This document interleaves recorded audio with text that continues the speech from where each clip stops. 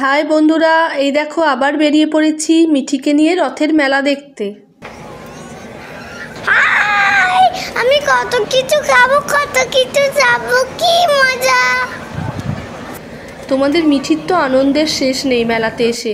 কোনটা খাবে, কোনটায় চাপবে, আর কোন খেলনা যে কিনবে ঠিক করতেই পারছে না। ওহ, আজকে তো রবিবার নয়, তাও দেখো না কি ভিড় হয়েছে। তারপর আরও যত সন্ধে গড়াবে তত তো আরও বেশি ভিড় হবে, মিঠিকে নিয়ে ঢোকাই যাবে না, তাই তাড়াতাড়ি একটু চলে এলাম।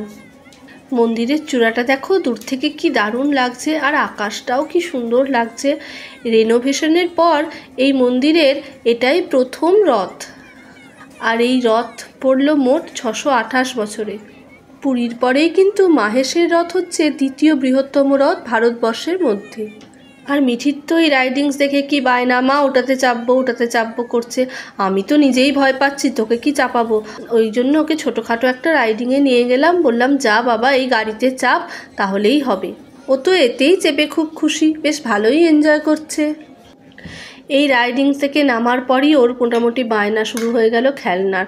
ওর বাবাকে জোর করে বলছে, বাবা আমাকে খেলনা কিনে দাও না, খেলনা কিনে দাও না। আমি বারণ করলাম যে আর খেলনা কিনতে হবে না, কিন্তু কে কার কথা শোনে। বাবাকে পটিয়ে পাটিয়ে দেখো না ঠিক একটা দোকানে ঢুকে গেছে এবার খেলনা কিনবে বলে।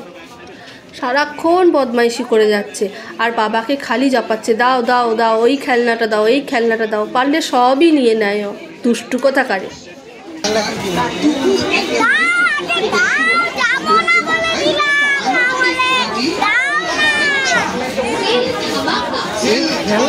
তবে এই মেলায় এলে ঘর সাজানোর জিনিসের জন্য অনেক কিছু পাওয়া যায়, যেটা সারা বছর দোকানে সবসময় সচরাচর দেখতে পাওয়া যায় না।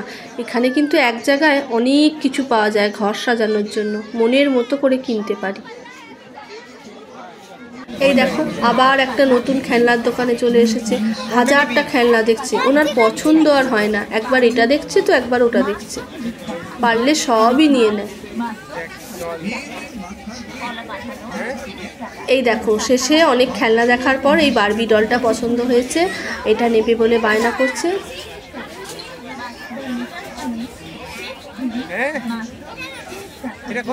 তোমাদের দাদা তো বার্গেনিং এ নেমে পড়েছে।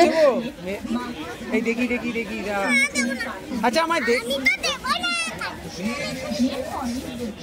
দেখি ডল গো, 180 টাকা নিয়ে নিচ্ছ।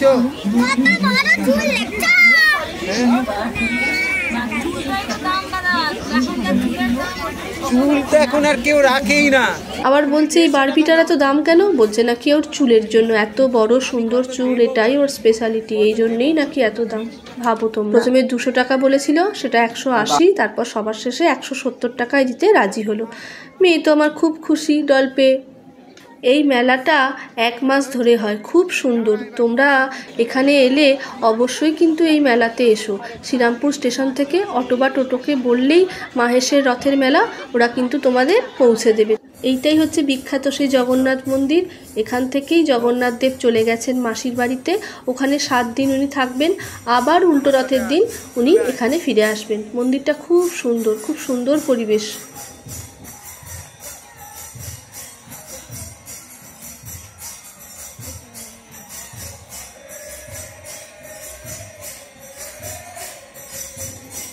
দেখো ভেতরে নাম সংকীর্তন হচ্ছে ঠাকুরের।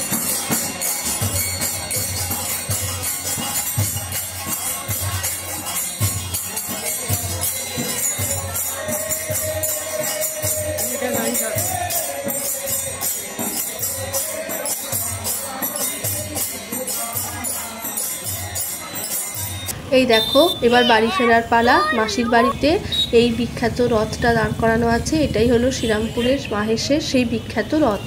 আজকের মতো টাটা। ভিডিওতে অবশ্যই তোমরা লাইক আর কমেন্ট করো, আর বেশি বেশি করে শেয়ার করে দিও। টাটা।